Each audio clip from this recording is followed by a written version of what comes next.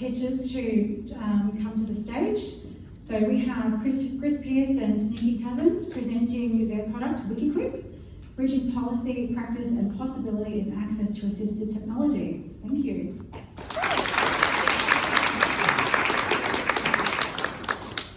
Shaking in our boots doesn't even begin to describe what I'm feeling right now. I've been a presenter for a long time, and this is nothing on that. So, what if everyone in Australia had access to assistive technology and you held the key?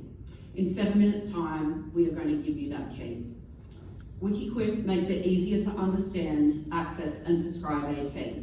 Our mission is to improve equitable access to AT by transforming fragmented information into practical, accessible knowledge. By reducing the time clinicians and organisations spend searching for information and navigating complex systems, wikiQuip supports better decisions, more efficient service delivery, and faster access to AT. AT can be life-changing, but the knowledge needed to access is scattered, inconsistent, and constantly changing across funding schemes, guidelines, suppliers, standards, and professional networks.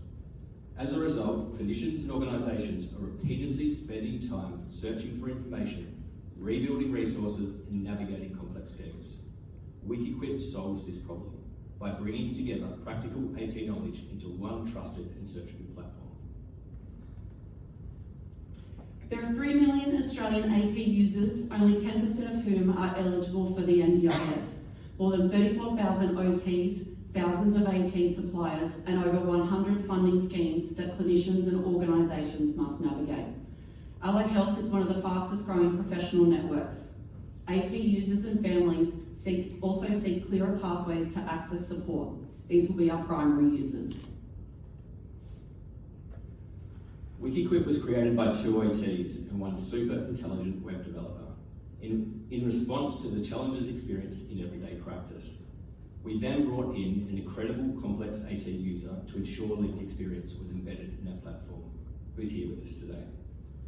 As OT practice owners, educators, and leaders working across multiple service systems, we saw the impact fragmented knowledge had on workforce capability, business efficiency and profit, client outcomes, and our time. We developed wikiQuip to save time, reduce duplication, support more consistent AT practice, and enable better outcomes for AT users and their supports. Gone are the days when OTs can choose to just work within one scheme, like the NDIS. To be sustainable, we now must be able to work across multiple schemes and funding systems. There is currently no single Australian platform that combines AT knowledge, clinical guidance, funding pathways, and community expertise in one place. wikiQuip not only helps users identify suitable AT solutions, but also matches them to potential funding schemes and provides practical, step-by-step guidance on how to navigate that application process of each and every scheme. By transforming fragmented information into a structured, collaborative knowledge system, wikiQuip reduces duplication, saves time, and improves access to AT. wikiQuip is the first Australian platform to combine AT knowledge, clinical guidance, funding pathways, and community expertise into one place.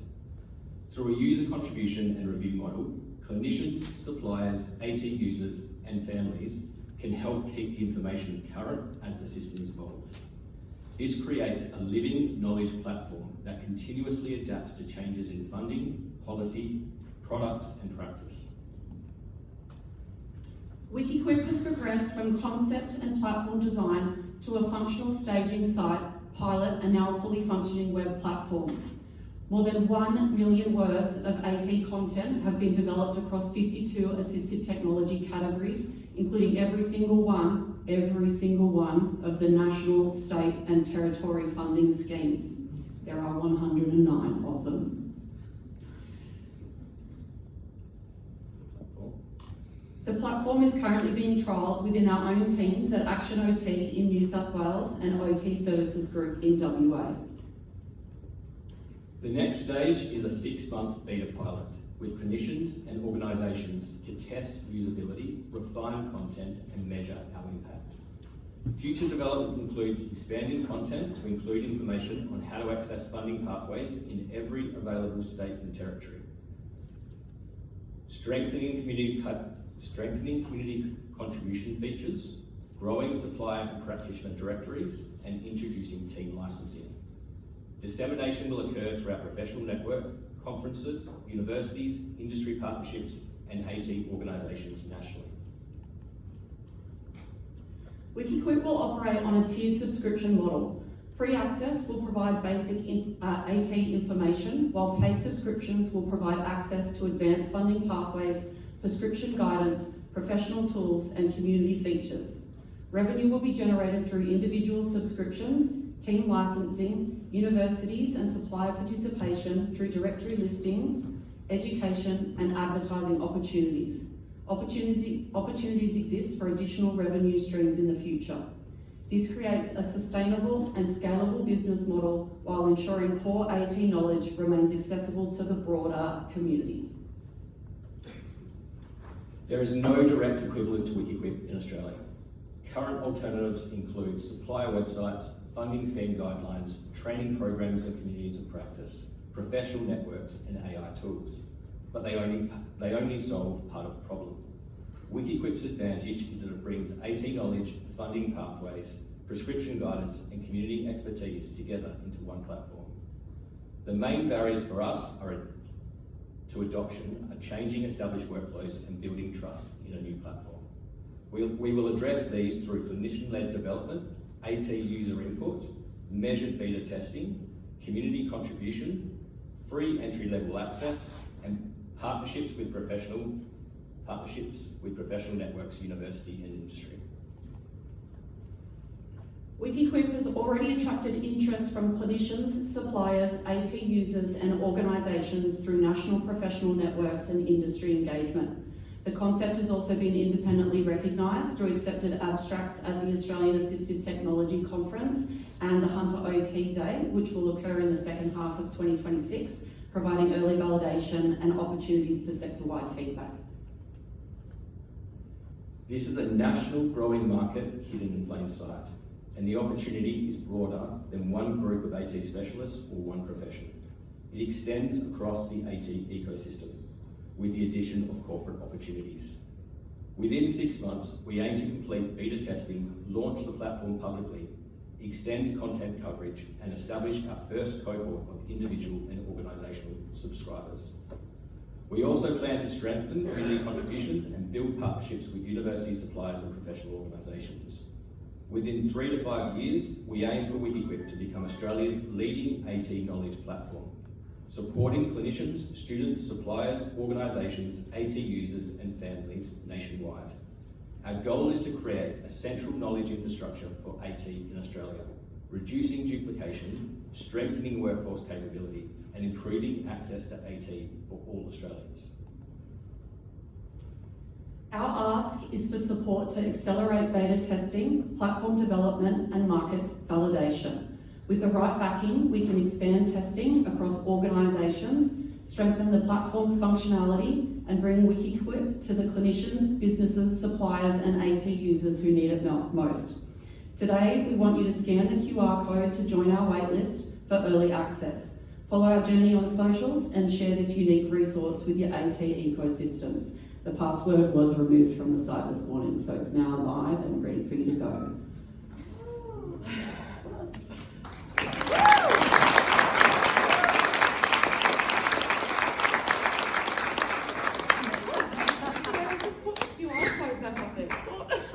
Judges, questions? Hello, I'm Caroline. I'm an academic. I'm not a founder, but I'm a tech researcher in a tech cynic, I suppose. I suppose one of the questions I had was about what the quality control situation will be with the information on the site. Yeah, I mean, I'd first say I'm a bit of a tech cynic as well. It'd be quite surprising to a lot of people who know me in the room. You still use paper with a lot of my clients. I think the advantage of this platform is that it doesn't require workflow or rebuilding new business systems. In terms of quality control, there's verification for the different user levels, and so there's a growth towards becoming an AT expert where you can make direct changes. Otherwise, at lower levels, you're making suggestions. The platform is being backed up on three platforms daily, and we can revert back to previous edits at any time as well. And there's a pool of administrators and moderators who are able to approve the suggestions, and we see every edit that's made in the platform. And we can block users. Oh. That was my request. One of the obstacles was navigating the bad actor, and so incorporating that into the build of the platform. So follow-up question, with that monitoring, how is that scalable when the amount of information grows? I think in the way that the platform's been designed, it's a very easy and timely process, and in terms of notifications, there's different systems for different types of information within the platform as well. So I would say working behind the scenes, Nikki and I have quite a lot going on, and we've had to ensure that we're able to sustain this. Yeah. And also looking at, as the platform grows, and looking at if we have the capacity to bring on stuff. We both have our own large teams as well, but also then employees that would be employed by wikiQuip. The wiki comes from Wikipedia, obviously, and that design of community and community supporting and building a platform together, which is a knowledge base. And so everybody's invested in the information that's in the platform, and so and we will open those roles to people within the community as well. Another judge. Have you tested any about the willingness to pay? So how much people are willing to pay for this, knowing that something like Wikipedia is free and Google is free? Have you tested that? Yeah, so universally the feedback we've been getting on our prices is that they're far too low and that people would pay far more for what we're offering. Well, I was going to follow up because I'll go straight to pay Look, as well. we're going for scale. We're not going for a small, and we believe that that's where it is. We're trying to address multiple markets, not just one market. We're starting with AT because we're at the centre of OT because we're at the centre of AT, but then looking to roll it out to allied health, AT suppliers, consumers, and then it sort of extends far beyond that.